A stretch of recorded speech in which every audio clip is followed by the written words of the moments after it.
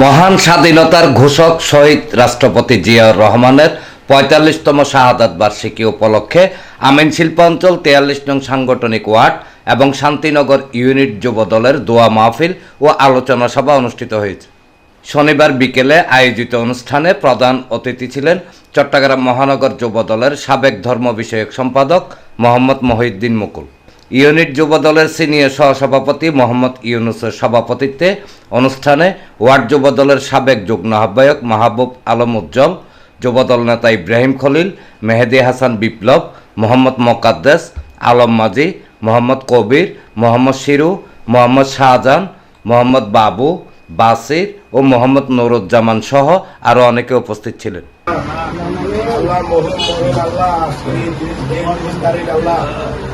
জিয়া রহমানের মৃত্যুটা আশীর্বাদ আজকের এই বিরাট মাহফিলের আয়োজনে আল্লাহ আপনি আমাদের মৃত্যুগুলো আর আমাদের মহরুম প্রেসিডেন্ট জিয়া রহমানকে আল্লাহ আপনি বেহেশত নসিব করুন। আল্লাহ আমাদের দেশনেত্রী বেগম খালেদা জিয়াকে আপনি বেহেশত নসিব করেন। আল্লাহ আমাদের তারেক রহমানকে আল্লাহ বাংলাদেশের প্রধানমন্ত্রী আল্লাহ দেশ নায়ক তারেক রহমানকে আল্লাহ আপনি দীর্ঘজীবী করুন। আল্লাহ ডেস্ক রিপোর্ট, প্রগতি 24 টিভি।